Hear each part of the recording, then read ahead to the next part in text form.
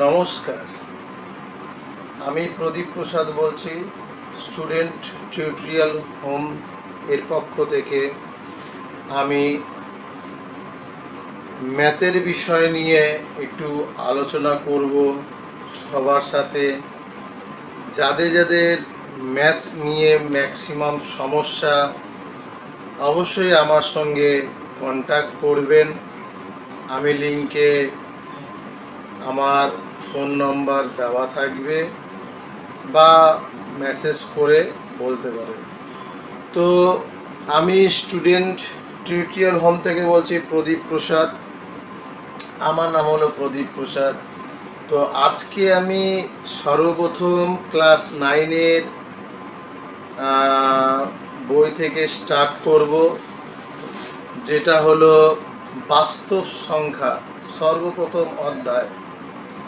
বাস্তব সংখ্যা বলতে কি? বাস্তব সংখ্যা হলো এমনই একটা যে বিভিন্ন ধরনের যে সংখ্যা রয়েছে, যে 0, 1, 2 থেকে শুরু করে হাজার, লাখ, কোটি, মাইনাস, প্লাস, প্রত্যেকের মানটা আমাদের বাস্তব সংখ্যার মধ্যে কিন্তু পড়ে।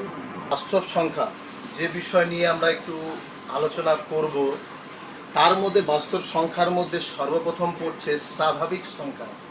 সেই স্বাভাবিক সংখ্যাটা কি? স্বাভাবিক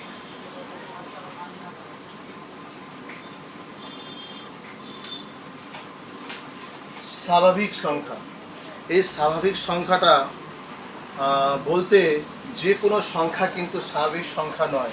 যেমন 1, 2, 3, 4 ডট ডট, আরও বিভিন্ন ধরনের সংখ্যাগুলো রয়েছে, এগুলোকে বলা হয় স্বাভাবিক সংখ্যা। 1 থেকে শুরু হবে, ঠিক আছে? 1 থেকে শুরু হবে, যত খুশি সংখ্যা লেখো প্লাসের দিকটা, সেটা হবে স্বাভাবিক সংখ্যা। তো স্বাভাবিক সংখ্যার ব্যাপারটা আমরা বাস্তবের মধ্যে ফার্স্ট ধাপ আমরা কিন্তু শিখলাম কি? স্বাভাবিক সংখ্যা কি থেকে শুরু? 1, 2, 3 থেকে স্টার্ট করে যত খুশি সংখ্যা লিখতে আমরা পারি। এরপরে নেক্সট এবার আমরা জানবো অখণ্ড সংখ্যা। স্বাভাবিক সংখ্যা জানলাম, স্বাভাবিক সংখ্যা জানলাম কি? যে 1 থেকে টোটাল সংখ্যা। এবার অখণ্ড সংখ্যাটা কি আসবে? এই শূন্যটা স্বাভাবিক সংখ্যার সাথে যুক্ত হবে। এই শূন্যটা স্বাভাবিক সংখ্যা যত রয়েছে তার সাথে যদি এই শূন্যটা যদি যুক্ত হয়, তাহলে হবে সেটা অখণ্ড সংখ্যা। অখণ্ড সংখ্যা। বুঝতে পেরেছো কি বলেছি?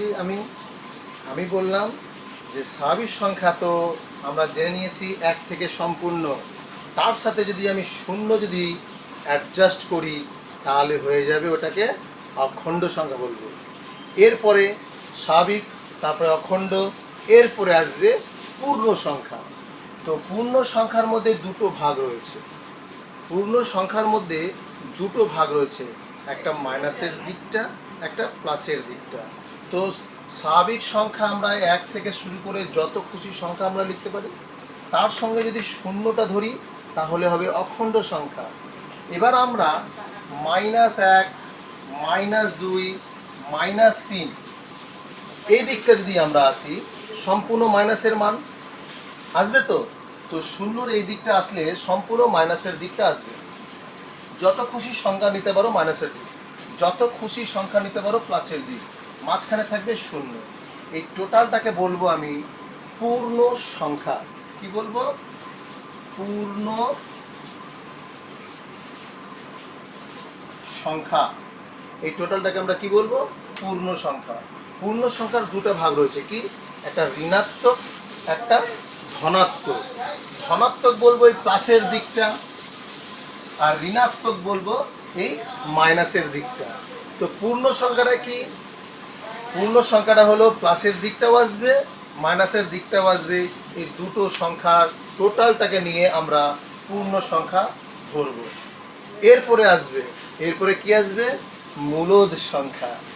সর্বপ্রথম এলো কি স্বাভাবিক সংখ্যা, মন দিয়ে সবাই শুনবে। সর্বপ্রথম এলো কি স্বাভাবিক সংখ্যা, তারপরে শূন্য অ্যাডজাস্ট হয়ে নিয়ে অখণ্ড সংখ্যা, তারপর মাইনাসের মানগুলো অ্যাডজাস্ট করে নিয়ে পূর্ণ সংখ্যা। এবার আসবে মূলদ সংখ্যা। মূলদ সংখ্যাটা কি? মূলদ সংখ্যাটা তোমাদেরকে জানিয়ে দিচ্ছি। মূলদ সংখ্যা একমাত্র উপর নিচ থাকবে, যেমন 9/2। এটা কি ভাঙা যাচ্ছে? এটা কিন্তু তুমি ভাঙতে পারবে না। এটা কাটাকাটি করতেও পারবে না, ভাগও করতে পারবে না। ভাগ করলেও পূর্ণ সংখ্যায় চলে আসবে।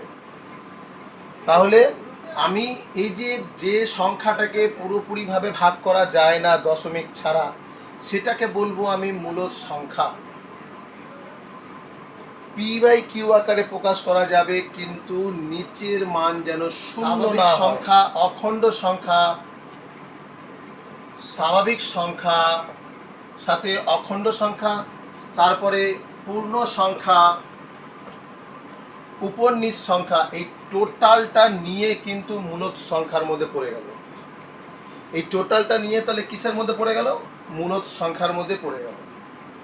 তো আমরা এখানে কয়টা ভাগ শিখলাম? 4টা ভাগ। কি কি? সর্বপ্রথম শিখলাম স্বাভাবিক, তারপরে শূন্য যদি অ্যাডজাস্ট করি তাহলে পাবো আমি অখণ্ড সংখ্যা। মাইনাসের মান যদি আমি ধরি তাহলে পাবো কি বলো? পূর্ণ সংখ্যা। আর উপর নিচের মান যদি আমি ধরি তাহলে টোটালটা হয়ে যাবে অখণ্ড সংখ্যা। তাহলে সব সময় মনে রাখবা, স্বাভাবিক সংখ্যা সবার মধ্যে আছে, স্বাভাবিক সংখ্যা সবার মধ্যে আছে, অখণ্ডের মধ্যেও আছে, পূর্ণ সংখ্যাতেও রয়েছে, মূলদের মধ্যেও রয়েছে, কিন্তু মূলদ সংখ্যা স্বাভাবিকের মধ্যে নেই। এই জিনিসগুলো একটু লক্ষ্য করবে, বোঝার চেষ্টা করবে। প্রথম থেকে শেষ অবধি যে ধাপটা আসতেছে, প্রথমের ধাপগুলো পরের ধাপের মধ্যে আছে, কিন্তু পরের ধাপগুলো প্রথমের মধ্যে নেই। স্বাভাবিক কিন্তু পূর্ণর মধ্যে, মূলদের মধ্যে, অখণ্ডের মধ্যে আছে। অখণ্ড, পূর্ণ, মূলদ কিন্তু স্বাভাবিকের মধ্যে নেই। অখণ্ডটা কিন্তু স্বাভাবিকের মধ্যে নেই, অখণ্ডটা কিন্তু পূর্ণের মধ্যে রয়েছে, মূলদের মধ্যে রয়েছে। মূলদ সংখ্যা স্বাভাবিকের মধ্যে নেই, অখণ্ডের মধ্যেও নেই, পূর্ণর মধ্যেও নেই, মূলদের মধ্যেই রয়েছে। আর পূর্ণ সংখ্যার মধ্যে শুধুমাত্র স্বাভাবিক সংখ্যা, অখণ্ড সংখ্যা আর পূর্ণ সংখ্যার মান নিয়ে পূর্ণ সংখ্যা হচ্ছে। তো এই জিনিসগুলো লক্ষ্য রাখবে। বাস্তব সংখ্যার মধ্যে অনেক কিছু অনেকে জানে না, তো আমি যতটা পারছি বুঝিয়ে দিচ্ছি, বলে দিচ্ছি। যদি কারোর বুঝতে অসুবিধা হয় অবশ্যই নক করবে আমাকে, আমি অবশ্যই আবার পুনরায় জানিয়ে দিব কিভাবে কি করতে হবে। ওকে, তাহলে আজকে আমি প্রথম ধাপটা শেষ করছি। নেক্সটে আসবো, নেক্সটের ধাপ নিয়ে অঙ্ক স্টার্ট করব। আজকে আপাতত এই পর্যন্ত। সকল ছাত্রছাত্রীদেরকে আমি জানাচ্ছি, এখানে এসো, এই আমার ইউটিউবে সাবস্ক্রাইব করো, বেল আইকন অল ক্লিক করো, যাতে আমার টোটাল অঙ্কগুলো যেন তোমাদের কাছে পৌঁছে যেতে পারে। আমার ভালোবাসা সবাই নেবে, সব স্টুডেন্টরা নেবে। ঠিক আছে, নমস্কার।